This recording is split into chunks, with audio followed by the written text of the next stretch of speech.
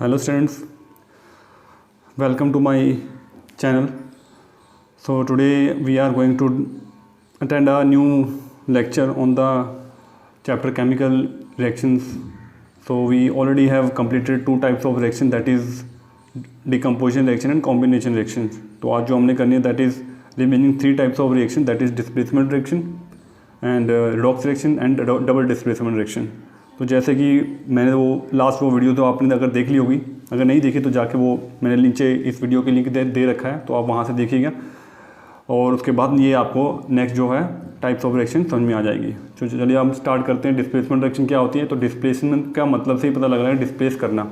तो यहाँ पे क्या होता है कि यहाँ पे हमारे पास ये जनरली हम इसको मेटल डिस्प्लेसमेंट रिएक्शन बोला जाता है।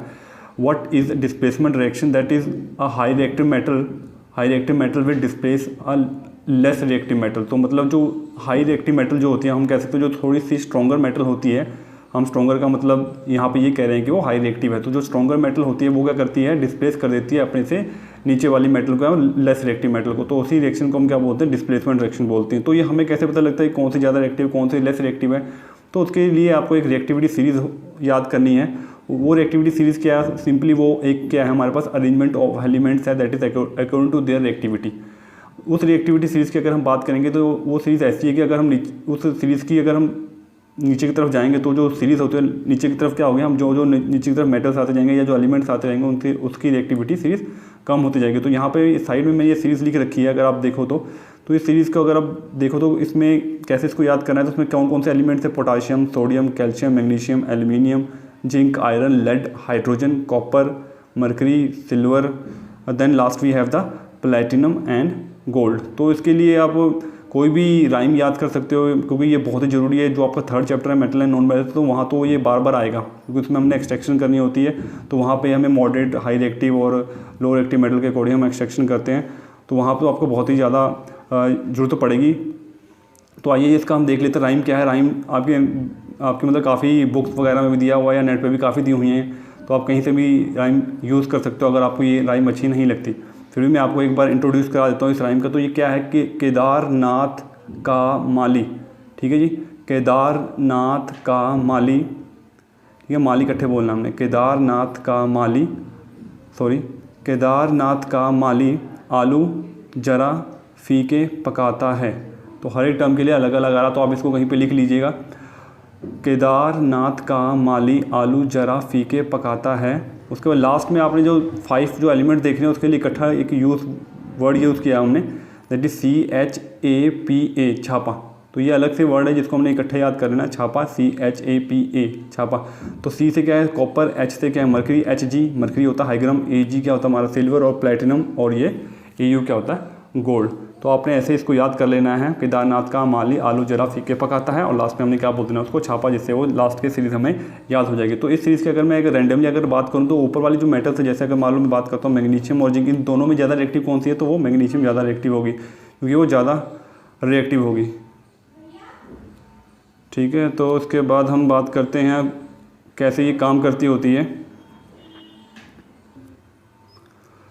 ठीक है। तो आइए हम इसकी एग्जांपल देख लेते हैं कैसे ये काम करते हैं। जैसे मैंने बोल ही दिया कि सीरीज़ में क्या जो ऊपर वाली एलिमेंट्स होती हैं वो ज़्यादा रिएक्टिव है, तो वो डिस्प्लेस कर सकती हैं अपने से नीचे वाले एलिमेंट को, लोअर एलिमेंट्स को। Upper metal can be displace lower element, that is called displacement reaction. तो इस सीरीज़ की हेल्प से हम बता सकते हैं कौन सी ज़्यादा रिएक्टिव है, कौन सी मोर रिएक्टिव। तो यहाँ पर एग्जाम्पल देख लेते हैं। एग्जाम्पल हमारे पास है कि आयरन प्लस Fe आयरन होता है, और हम किसके साथ रिएक्शन कर रहे हैं? कॉपर सल्फेट के साथ। कॉपर सल्फेट का हमारे पास सॉल्यूशन एक्वस जो ब्लू कलर का होता है, इस चीज़ का ध्यान रखना, कलर हमें पता होना चाहिए। तो यहाँ पे क्या रिएक्शन होगी, जो आयरन है देख सकते हैं, आयरन और कॉपर की बात। तो आयरन ज़्यादा हमारा क्या है, आयरन जो है हमारा वो ऊपर की तरफ है और कॉपर नीचे, यानी कि आयरन ज़्यादा रिएक्टिव है कॉपर से। तो आयरन कॉपर को डिस्प्लेस कर सकता है, यानी कि आयरन कॉपर को डिस्प्लेस करेगा, ये कॉपर निकल जाएगा बाहर, ये कॉपर बाहर हो गया, और इसकी जगह क्या जुड़ गया हमारा, Fe जुड़ गया। तो FeSO4 बन गया। तो जैसे ही FeSO4 बनेगा, ये जो ब्लू कलर है वो किस में चेंज हो जाएगा, ग्रीन कलर में चेंज हो जाएगा। तो इसमें क्वेश्चन आराम से बन सकता है कि why the copper sulphate colour is changed, why copper sulphate colour is change when we add iron. So iron is a more reactive metal, it can displace copper from the solution, that's why its colour change. तो हम ऐसे इसमें reason हम इसका लिख सकते हैं, क्योंकि वो हाई रिएक्टिव मेटल, इतना भी लिख दोगे तो भी आपको फुल नंबर मिल जाएंगे। तो इस तरह से रिएक्शन होगी। अगर मैं वैलेंसीज की बात करूँ तो यहाँ पे आयरन की +2 वैलेंसी होती है, तो वो और सल्फेट की -2, जैसे कि मैंने पिछली वाली वीडियोस में भी आपको वैलेंसीज में साथ साथ में बताया था कि वैलेंसीज का काम तो हर जगह रहेगा। तो ये +2 वैलेंसी -2 वैलेंसी दोनों आपस में जुड़ जाते हैं FeSO4, और कॉपर हमारा न्यूट्रल होकर निकल जाता है। सेम रिएक्शन ऐसे ही है यहाँ पर जिंक और कॉपर की अगर बात करो तो जिंक हमारा कॉपर से, वही जिंक ज़्यादा रिएक्टिव है तो जिंक कॉपर को डिस्प्लेस करेगा और जिंक सल्फेट बन जाएगा, और कॉपर सेम रिएक्शन है, बस यहाँ पर कलर क्या होगा, ब्लू से कलरलेस होगा। जिंक सल्फेट का जो कलर होता है वो कलरलेस हो जाता है। इसी तरह से एक रिएक्शन है यहाँ पर, मैंने यहाँ पर जो रिएक्शन यूज़ किया हमने, तो रिएक्शन हमने zinc plus hydrogen chloride use किया हुआ, जिंक प्लस HCl। तो जिंक यहाँ पे अगर मैं बात करूँ तो जिंक और हाइड्रोजन का आपने कंपैरिजन करना है, तो जिंक हमारा ऊपर आता है, आप सीरीज में देख सकते हो, जिंक हमारा ऊपर है और हाइड्रोजन हमारा नीचे। तो जिंक हाइड्रोजन को डिस्प्लेस करेगा, हाइड्रोजन हमारी कभी भी जब भी रिलीज होगी हमेशा हाइड्रोजन गैस की फॉर्म होगी, H2 फॉर्म में निकलेगा, तो H2 निकल जाएगा, और सिंपल क्या आ जाएगा, Z और Cl जब जुड़ेगा आपस में तो वो क्या बन जाएगा, ZnCl2 बन जाएगा, दैट इज फॉर्म ZnCl2, क्योंकि जिंक की वैलेंसी की होती है +2 होती है और क्लोरीन की वैलेंसी कितनी होती है -1। तो आप क्रॉस में अगर फॉर्मूला बनाओ तो क्या बन जाएगा, ZnCl2। तो मैं साथ साथ में आपको ये भी बता रहा हूँ कि ये रिएक्शन हुआ कैसे, प्रोडक्ट कैसे बना। तो यहाँ पे हाइड्रोजन गैस निकल गई। जब भी कोई मेटल एसिड से रिएक्ट करता है तो मेटल का सॉल्ट बनता है और साथ में हाइड्रोजन गैस निकलती है। बहुत ही इंपॉर्टेंट रिएक्शन थे ये, बार बार आगे भी आपको मेटल नॉन मेटल में मिलेंगे, एसिड बेस में रिएक्शंस मिलेंगी आपको जब हम ये रिएक्शन करेंगे। तो ये एक तरह से मेटल ने नॉन मेटल को डिस्प्लेसमेंट किया, क्योंकि हाइड्रोजन एक तरह का नॉन मेटल है, मेटल ने नॉन मेटल को डिस्प्लेस किया, तो ये भी डिस्प्लेसमेंट रिएक्शन में आ जाता है। पर प्योर मेटल डिस्प्लेसमेंट रिएक्शन नहीं है, metal non metal displacement reaction है। अगर नेक्स्ट रिएक्शन की बात करें तो कॉपर प्लस आयरन सल्फेट, तो यहाँ पर हम देख सकते हैं जो कॉपर है, कॉपर और आयरन की बात करें तो कॉपर जो है लेस रिएक्टिव, कॉपर नीचे आता और आयरन ऊपर था, तो कॉपर आयरन को यहाँ पर डिस्प्लेस नहीं कर सकता, because copper is less reactive than iron, तो नो रिएक्शन विल परफॉर्म। तो आपने ध्यान रखना है कि आपने देखना है, तो आपने डिस्प्लेस कौन सी करनी, जो सॉल्यूशन फॉर्म में से जो मेटल होती है उसको डिस्प्लेस करना होता है, और जो सिंगल मेटल है वो डिस्प्लेस करेगी। तो सिंगल मेटल सॉल्यूशन फॉर्म वाले मेटल को डिस्प्लेस करेगी, तभी रिएक्शन हो पाएगा, और ये तभी हो पाएगा जब वो वाली सिंगल वाली मेटल जो होगी हमारी क्या होगी, ज़्यादा रिएक्टिव होगी। तो इस तरह से आप कोई भी रिएक्शन बना सकते हो ऊपर से, ठीक है। जनरली यही रिएक्शंस आपको बार बार पूछी जाती हैं, ठीक है। मैं और भी आगे एग्जांपल्स बता दूंगा आपको। नेक्स्ट हम करते हैं डबल डिस्प्लेसमेंट रिएक्शन। तो ये आपका था डिस्प्लेसमेंट रिएक्शन में बहुत इंपॉर्टेंट रिएक्शन है आपकी, ये आपको रिएक्टिविटी सीरीज याद करनी है, बार बार आप इसको लिख के देख लेना। नेक्स्ट हम करते हैं डबल डिस्प्लेसमेंट रिएक्शन। तो डबल डिस्प्लेसमेंट में क्या, दो चीज़ें आपस में डिस्प्लेस होगी, इसके नाम से ही पता लग रहा है। तो यहाँ पे क्या होगा कि यहाँ पे हमने देखना है कि जो दो कंपाउंड्स है, 2 compounds react by an exchange of ions to form 2 new compound. तो यहाँ पे 2 कंपाउंड लेने हैं, 2 कंपाउंड जो रिएक्ट करेंगे वो आपस में कैसे रिएक्ट करेंगे, बाय एक्सचेंज ऑफ आयंस। ये लाइन आपने लिखनी है, एक्सचेंज ऑफ आयंस, जो भी उनमें रिस्पेक्टिव आयंस होंगे वो आपस में एक्सचेंज कर लेंगे एक दूसरे के साथ, इसलिए वो होता है डबल डिस्प्लेसमेंट। ऊपर वाले में एक मेटल ने दूसरे को डिस्प्लेस किया था, बस इतना हुआ था, बस यहाँ पे क्या होगा, ये एक दूसरे को डिस्प्लेस कर देंगे और जिससे 2 नए कंपाउंड्स बन जाएंगे, इसको हम क्या बोलते हैं, डबल डिस्प्लेसमेंट रिएक्शन। ये एक तरह की हमारी प्रेसिपिटेशन रिएक्शन भी आती है और इसमें न्यूट्रलाइजेशन रिएक्शन की टाइप्स भी आती होती है। तो ये हमने जब बैलेंसिंग वगैरह किया था, इससे पीछे वाली वीडियोस में भी मैंने समझाया था इस टाइप की रिएक्शंस को कि कैसे किया जाता है। तो यहाँ पे हर एक का वैलेंसी हमें पता होना चाहिए। तो 2 कंपाउंड्स हमने ले लिए, barium chloride and sodium sulphate. ये कैसे बने, अकॉर्डिंग टू देयर वैलेंसीज बने। बेरियम की वैलेंसी +2 होती है, क्लोरीन की -1 होती है, सोडियम की +1 होती है और सल्फेट की कितनी होती है, -1 होती है।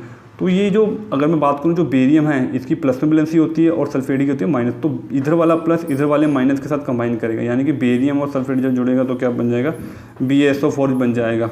तो यहाँ पे हमारा प्रोडक्ट क्या बना, BaSO4। तो दूसरा जो है हमारा सोडियम और क्लोरीन, जो सोडियम का जो प्लस वाला वो क्लोरीन के माइनस वाले के साथ जुड़ जाएगा, तो सोडियम और क्लोरीन बन जाएगा NaCl बन जाएगा। ये मैंने नीचे फॉर्मूले आपको बना रखे वैलेंसीज के हिसाब से। उसके बाद हम इसको बैलेंस कर लेंगे। बैलेंस आपने बैलेंसिंग का मैंने आपको वीडियो अच्छे से बता ही रखा है। बस यहाँ पर सिंपल ये 2 सोडियम है और 2 क्लोरीन है, देख सकते हो आप। तो यहाँ पर बस इसके आगे 2 लग जाएगा और ये हमारा बैलेंस हो जाएगा, ठीक है। तो उसको ये आपको समझ में आ गया। इसको एक तरह की प्रेसिपिटेशन रिएक्शन, क्योंकि यहाँ पर बेरियम सल्फेट के प्रेसिपिटेट बनते हैं, that's why it's called precipitation reaction. Double displacement is also known as precipitation reaction, ठीक है। तो इस तरह से हम कोई भी एग्जांपल ले सकते हैं।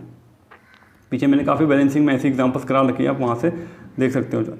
तो लास्ट जो टाइप की रिएक्शन हमारी आगे रिडॉक्स रिएक्शन। रिडॉक्स रिएक्शन क्या होता है हमारे पास, रिडॉक्स के नाम से 2 टर्म्स यूज़ होते हैं। एक RAD का मतलब रिडक्शन, OX का मतलब ऑक्सीडेशन। तो जिसमें रिडक्शन और ऑक्सीडेशन दोनों हो जाए उस रिएक्शन को हम क्या बोलते हैं, रिडॉक्स रिएक्शन बोलते हैं, ठीक है।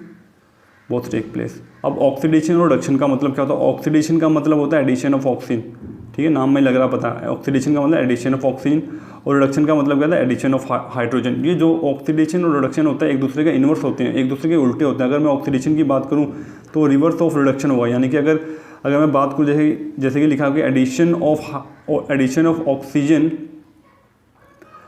ऑफ ऑक्सीजन हमने बात कर लिया,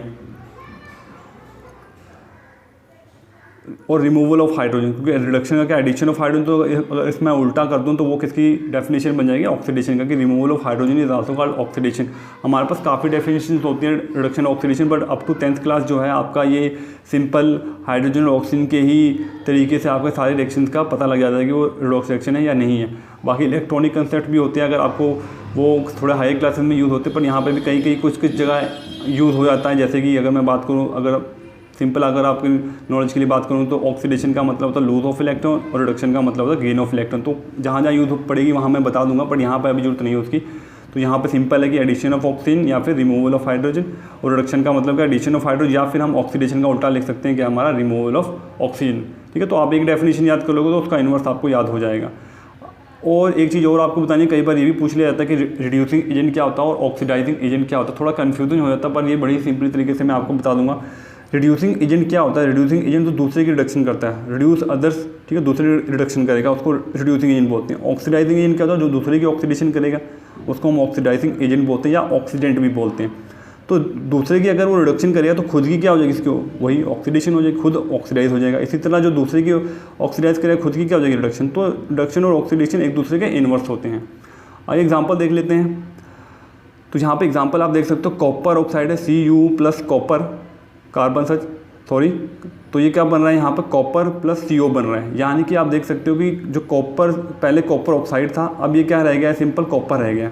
यानी कि जो इसके साथ ऑक्सीजन था वो निकल चुका है, कॉपर ऑक्साइड से ऑक्सीजन निकल चुका है। यानी कि हम बोल सकते हैं रिमूवल ऑफ क्या हो गया, रिमूवल ऑफ ऑक्सीजन हो गया। तो रिमूवल ऑफ ऑक्सीजन क्या होता है हमारा, रिमूवल ऑफ ऑक्सीजन अगर बात करूँ तो रिमूवल ऑफ ऑक्सीजन, देखो मैंने आपको बता रखा क्या रिडक्शन होती है। तो यहाँ पे इसकी क्या हो रही है, रिडक्शन हो रही है। ठीक है, तो रिडक्शन हो रहा है, और यहीं पे कार्बन के साथ ऑक्सीजन जुड़ रहा है, तो एडिशन ऑफ ऑक्सीजन क्या हो गया, ऑक्सीडेशन हो गई। तो आपको सिंपल अगर पता लग रहा है कि एक की ऑक्सीडेशन हो रही है तो दूसरे की ऑटोमेटिकली क्या हो गई, रिडक्शन हो गई, और कोई चॉइस ही नहीं। अगर आपको एक भी चीज़ पता लग जाती है दूसरा आप ऑपोजिट में बता सकते हो। और बाकी जो सिंपल चीज़ आपको बतानी है, जैसे मैंने बताया कि जिसकी रिडक्शन होती है वो खुद क्या होता है, ऑक्सीडाइजिंग एजेंट होता है, और जिसकी ऑक्सीडेशन होती है उसके रिड्यूसिंग एजेंट होता है। बस आपको ये फाइंड करना है कि रिडक्शन कहाँ पे हो रही है और ऑक्सीडेशन कहाँ पे हो रही है। तो आपको रिएक्शन में पूछ सकता है कि इसमें कौन सा आपका रिड्यूसिंग एजेंट है, कौन सा आपका ऑक्सीडाइजिंग एजेंट है। तो यहाँ पे मैं बोल सकता हूँ जो कॉपर ऑक्साइड है वो आपका ऑक्सीडाइजिंग एजेंट है और कार्बन आपका रिड्यूसिंग एजेंट है।